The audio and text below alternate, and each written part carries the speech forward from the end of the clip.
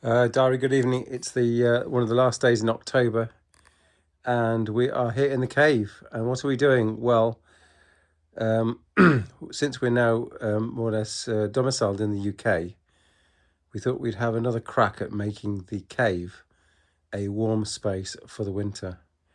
And well, we've had this configuration, which we think is pretty nice, for a couple of years. In other words, the walls are whitewashed. We've had professionally installed electricity. We've got fibre and copper.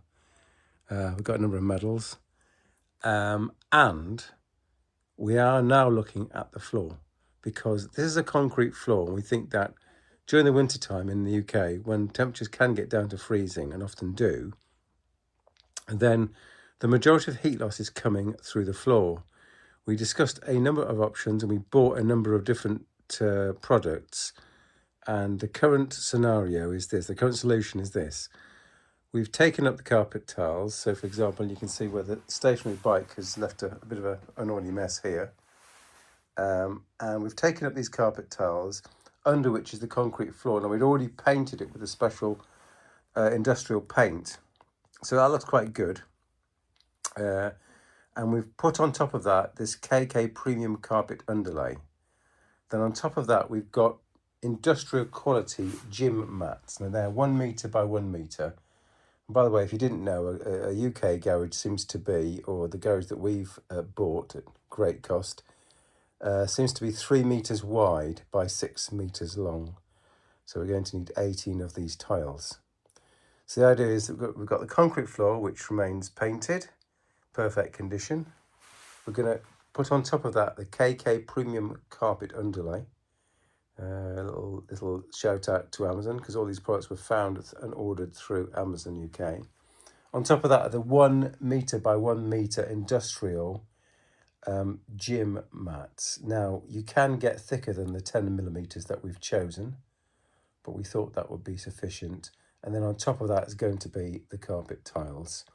And then in the cycling space here, we'll be putting some matting down for the stationary bicycle, so this doesn't happen in the future. So that's it so far. Let's see how it goes for pulling up all the floor, because of course there's a whole set of there's not much left here, but there's just a lot to take away and move. So we're going to try and not get a hernia, not get a back problem, do it slowly and professionally, and then put all the furniture back that was here. So it's quite a big job, really. But we only have to do it once, we hope, in a couple of years, and then it'll all be done. Oh, and did I forget to mention that there's a rubber strip here, which allows us to gain in and access to the cave. But outside here, we have a potential water problem, because where you see this large patch, which is now our concrete, was the fact that the ground has dipped, and we don't really want water. We're building up this floor with all these different layers, and what we don't want is water ingress. So we've now concreted over that. We have never done any concreting before, so we're kind of pleased that it went as well as it has gone. And now the idea is, if it rains, water will not pool there and will not step over this 18 mil rubber barrier, and won't get our lovely cave wet. Fantastic.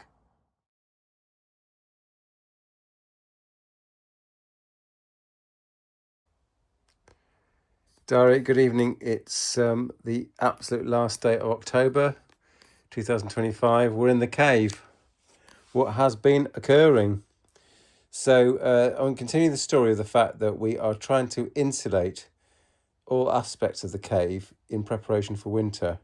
So the big story is that we've decided on our underfloor being a number of layers. Firstly, the flooring that's already been painted with a special industrial paint that was done years ago, but now we've not put the kingspan down. We've decided on this premium carpet underlay, which is thermally based.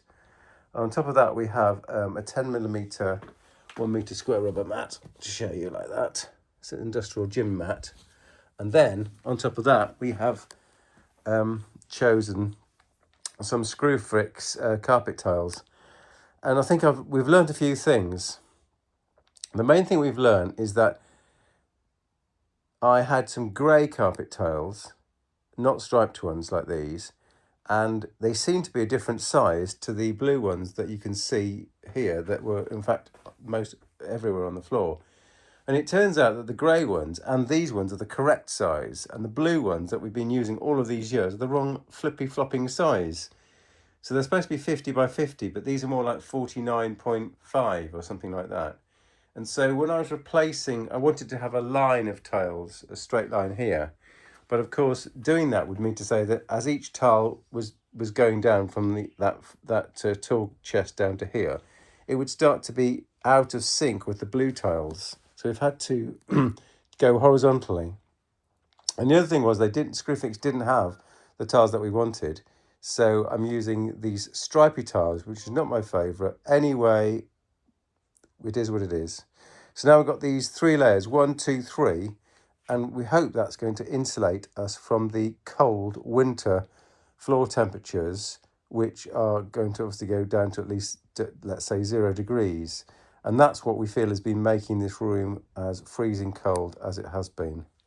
In other modifications and enhancements, we've taken these IKEA units, we've reduced the number that we had, and we've mounted another bicycle rack here from Decathlon, which is a greatly, we had them in Switzerland and we've got them in different places here. So we've now got room for the bicycles off the floor, which will just make life easier. And I've fitted these cabinets in properly and I've screwed them to the wall, and I've just realised that now there's no space. There's no space for the power cable, so I'm going to have to run the power cables across the top. And generally speaking, screwing the cabinets to the wall makes them nice and solid. That's a plus point, but the negative point is that you can't run wires behind the cables. So yeah, it's all coming along. It's taken a bit of planning, but like I say, the idea is just to keep the place warm.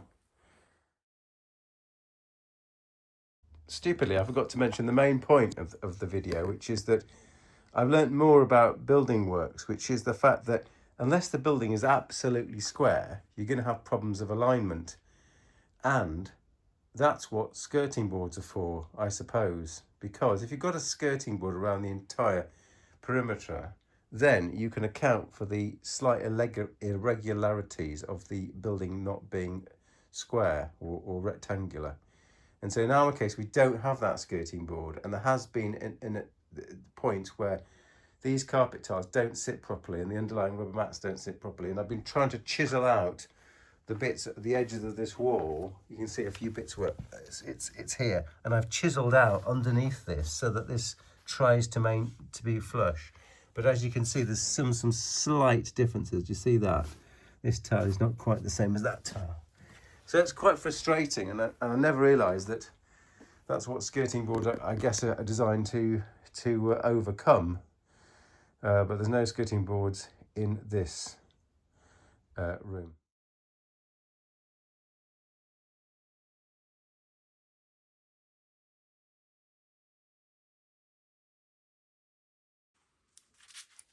Hi Diary, so it is the beginning of November, and we have successfully finished insulating the cave for winter. So we've put the new carpet tiles down.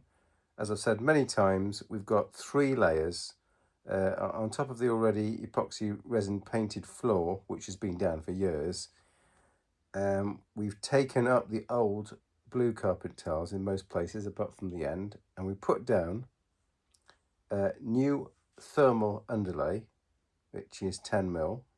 Then we've got another 10mm of rubber crumb gym mats, sort of professional 1 meter by 1 meter gym mats. And on top of that, we've got the heaviest duty carpet tiles from Screwfix. I didn't realise, but you can get different densities of carpet tile, and also you can get the ones that have got a bitumen back side or not. So some of the cheaper carpet tiles are of lower density, the kind of material on the top, but they also don't have a very good backing. So we spent the extra, probably something like £50 to £100, got the more expensive tiles, and we've left some of the old tiles that were in good condition at the front. And you can see the new tiles are down here. So all is ready. We've put an extra bicycle mount at the top there. We've removed a cabinet. We're trying to get down to an absolute minimalist setup, so anything that can be sold will be sold. There's an old vintage computer on the left-hand side. That's going to be eventually sold. And then finally we'll have a nicely minimalist kind of cave that we can work from for vintage computer work, cycling, and general computer stuff. Done it. Eventually it's all done, and it's been a good week of toil where we had to remount all the cabinets because of course they've gone up by about 25 mil, something like that overall. And yeah, all done. Thanks for watching.